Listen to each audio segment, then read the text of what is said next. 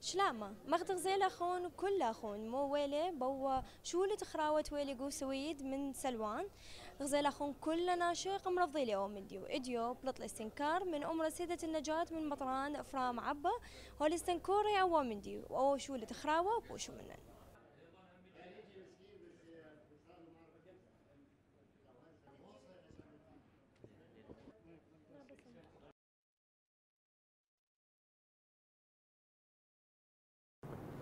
أصحاب المعالي والسماحة والسيادة والفضيلة من المقامات الدينية والشيوخ مع حفظ الألقاب، حفظكم الرب ورعاكم. أيها الحضور الكريم، بكل فرح وسرور نستقبلكم في كنيسة سيدة النجاة أم الشهداء هذه، مثمنا زيارتكم لنا لنقدم اليوم لكل مسلم ومسلمة في العراق والعالم الإسلامي خالص التهاني والتبريكات مع أطيب التمنيات بمناسبة عيد الأضحى المبارك، والذي يحمل هذا العيد للبشرية جمعاء أسمى معاني التضحية والعطاء وبذل الذات لمحبة الآخر في التآلف والتآخي والعيش المشترك بين جميع خلق الله. أحبائي الحضور، صدمنا معكم وأنتم تحيون عيد الأضحى المبارك بفرح وبهجة العيد، فيخرج نفر ضال ومعتوه وملحد يعكر أفراح وبهجة هذا العيد، شخص مهبول وكافر بالقيم السماوية والأخلاق الإنسانية ليحرق المصحف الشريف القرآن الكريم، والذي يمثل الكتاب المقدس لدى مليارين من إخواننا المسلمين في العالم. باسمي وباسم وجهاء أبناء وبنات الأبرشية نجدد استنكارنا وشجبنا لهذا العمل المشين بحرق أوراق من القرآن الكريم، والذي خلف جرحا عميقا في نفوسنا واستفزازا صارخا لمشاعر إخواننا المسلمين في العالم. نستنكر هذا العمل السيء والبغيض الذي يحرض على الكراهية والعنف، فهو تجاوز صارخ لكل معاني وقيم ومبادئ الحرية في احترام المعتقدات الدينية والحقوق والتسامح والعيش السلمي والأخوة الإنسانية. أيها الحضور الكريم، إننا من موقعنا كرئيس طائفة للسريان الكاثوليك في بغداد، وتضامنا مع إخواننا المسلمين الذين وقفوا مع هذه الكنيسة وقفة جريئة مع محنتها في 31 تشرين الأول 2010 عندما اقتحمها الإرهابيون وأحرقوها ودنسوا مقدساتها وعاثوا في الكنيسة فسادا، وقتلوا بدم بارد كاهنان شابان في مقتبل العمر مع 46 من شعبنا السرياني الأصيل. تعاطف معنا آنذاك ووقف بجانبنا جميع المرجعيات الدينية من إخواننا المسلمين في النجف، كربلاء، والكوفة وبغداد، وكذلك رجال الحكومة والعسكريين بكل أصنافهم، وشيوخ العشائر الأصلاء، ومعهم العائلات المسلمة في الكرادة في بغداد. وقفوا معنا وساندونا وقدموا لنا يد المساعدة في كل شيء للتخفيف عن آلامنا وأوجاعنا. كانت بحق وقفة مشرفة أظهرت مدى الانسجام والتآلف والتآخي مع إخوانهم المسيحيين ضد الإرهاب والعدوان البغيض. يقول القديس بولس في الكتاب المقدس: من يفصلنا عن محبة المسيح؟ أنا أقول أيضا اليوم: من يفصلني عن محبة إخوتي المسلمين؟ لا العنف ولا الإرهاب ولا الجوع ولا أي شيء آخر، ما دامت اللحمة العراقية الوطنية قوية وثابتة لا تزعزعها الرياح الشديدة، تجمعنا تحت خيمة العراق العظيم. تضامنا مع إخواننا المسلمين نعاهدهم بأن نبقى أوفياء على عهدنا بالوفاء والأمانة، وعرفانا منا بالجميل لهم نعاهدهم بالعيش معا في السراء والضراء. سندافع عن كل القيم الدينية والكتب السماوية المقدسة وعن وطننا العراق الغالي ما دمنا على قيد الحياة، فنجب وبقوة ما قام به شخص معتوه لا يمت للمسيحية بالصلة بحرق القرآن الكريم. نعم، إنه خارج المسيحية وليس له صفة مسيحية بعمله هذا. أخلاقنا المسيحية الدينية المبنية على أسس المحبة والسلام والإخاء وقبول الآخر والتعايش السلمي بين البشر لا يمكن أن تقبل إساءة الأديان السماوية، فهذا العمل الجبان يؤجج الخلافات والصراعات ويثير الكراهية والعنف والعنصرية، كما أنه يتعارض مع كل المواثيق والقوانين الدولية. نؤكد للعالم بأن مثل هذه الأعمال لا يمكن تبريرها في أي شكل من الأشكال، وخاصة في سياق حرية التعبير، لأن حرية الإنسان تبطل وتقف أمام حرية الآخر. لهذا نعتبر هذا الفعل عدواني وجريمة واستفزاز لإخواننا المسلمين في العالم أجمع. لذلك نرفض وبشدة حرق المصحف الشريف الذي يدعو إلى المحبة والإخاء والتسامح والرحمة والعدالة بين البشر. هذا العمل لا يعكس بأي حال من الأحوال آراء المسيحيين أبداً.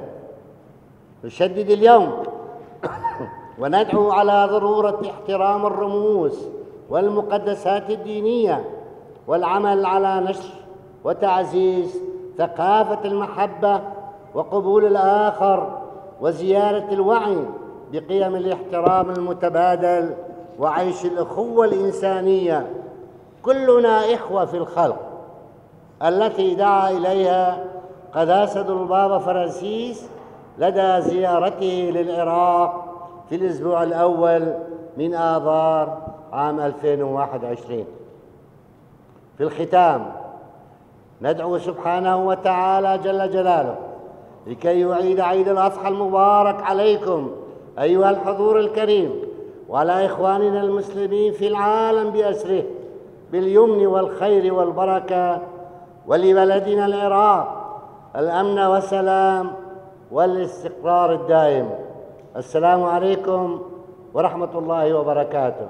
المطران أفراد يوسف حبة، رئيس طائفة السريان الكاثوليك في بغداد، 1 تموز 2023.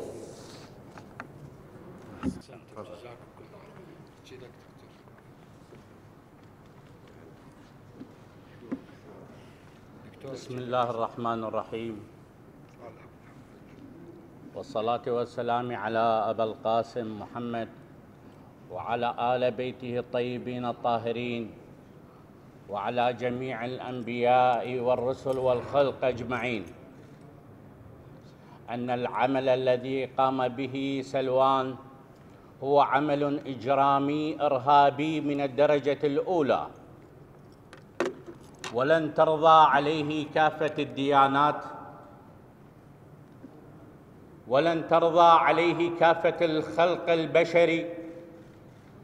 هذا العمل الإجرامي والإرهابي الذي قام به سلوان لا يمد بالإنسانية ولا بالأخلاق البشرية، وإنما إنه خارج عن نطاق ذلك.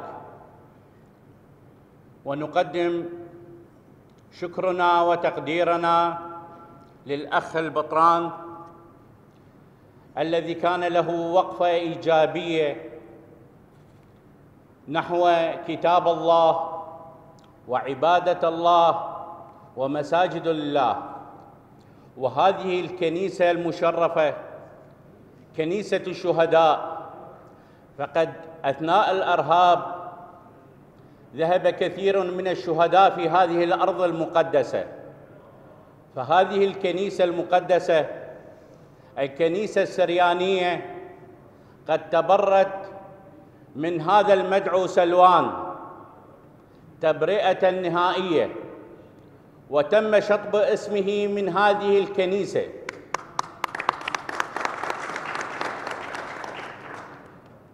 فالحمد لله الذي يظهر الحق حقا والباطل باطلا. فهذا الشخص المعتوه تم تبريته، ويعتبر إنسان خارج عن هذه الكنيسة السريانية المقدسة التي قدمت الشهداء للعراق من المقاتلين الأبطال المسيح السريانية، وكذلك الشهداء الذين سقطوا في هذه الكنيسة. وكان لنا وقفة مع البابا فرانسيس، وكان له خطابا جدي لتكاتف الشعب الواحد المسلم والمسيحي. فنقول لهم: نحن شعب العراق لا نتفرق، المسيحي هو أخ للمسلم، والمسلم هو أخ للمسيحي، نتقاسم الخبز فيما بيننا ونحمي بعضنا البعض. فلا يؤثر بنا سلوان أو غيره أو يظهرون لنا مئات، فهذه الورقة خاسرة، هذه الورقة لدينا في العراق خاسرة. نحن نعيش في محبة وسلام وتكاتف، ويجمعنا حب الله، فنحن أقوياء بحب الله، وما فعله سلوان لن يؤثر فينا كما فعل الدعشاء وداعش. أرادوا أن يجعلوا الفتنة، ولكن سقط المسلمين قبل أن يسقطوا المسيحيين، ودافعوا عن المسيحيين المسلمين، والمسيحيين يدافعون عن المسلمين. فتبقى الخليقة دائمة ويبعد الشر لكي لا يفرقنا أحد ولا ينال منا أحد. فهذا نوع من الحرب الباردة، هذا نوع من الحرب على الحريات. فلا حرية في أذية الشعوب، لا حرية في أذية الديانات، فيبقى الإسلام وتبقى المسيحية يد واحدة وتكاتف واحد وكلمة واحدة. ونشكر العشائر العراقية الحاضرة، ونشكرهم على طرد سلوان من ديانتهم، هذا المجرم البائس ونشكرهم على حسن الاستقبال وحسن الضيافة، ونبقى متكاتفين، فنحن أبناء الوطن الواحد، نحن أبناء العراق، لا نتأثر بهكذا، ولكن نريد أن نعطي درسا لسلوان ولباقي مثل سلوان، فنبقى أخوة محبين وفي يد واحدة نبني العراق ونهزم الأعداء.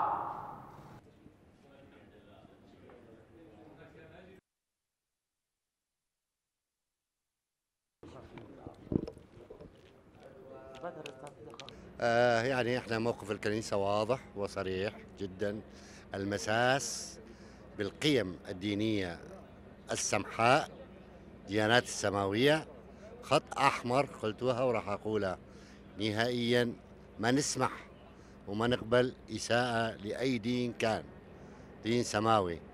وهذا سلوان إنسان معتوه، كافر، ملحد، لا يؤمن بأي قيم لا أخلاقية ولا دينية، إنسان مفلت، وإنسان حتى الأهل أهله متبرين من عنده.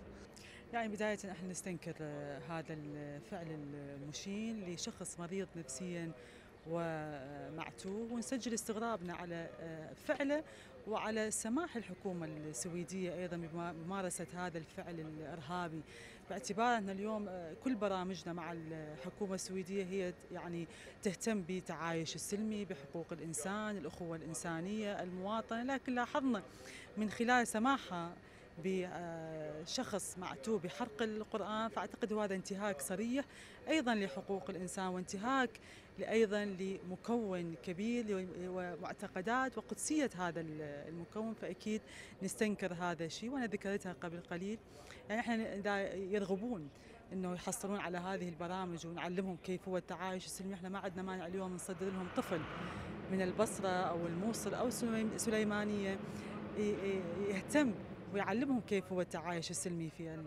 في العراق، وحقيقة فالشيء هو يعني مخزي ومؤلم أيضا، وكان دور الكنيسة واضح ويستنكر مثل هذه الأفعال المشينة. نستنكر ونسجب اللي صار في مدينة ستوكهولم السويد من أمام المسجد الرئيسي في ستوكهولم. مع الأسف الشديد شخص معتوه أنا أعتبره فاقد للإنسانية. هذا الموضوع يخص الديانات، وهذا المعتقد هو من المعتقدات الأساسية والسماوية الموجودة في مجتمعنا. بيشخ إذا بإذا وإشخلا مخرولن وبخبة وشلامة من نخنيوة مريانا مايكل من قنية عراقية سورية بغداد.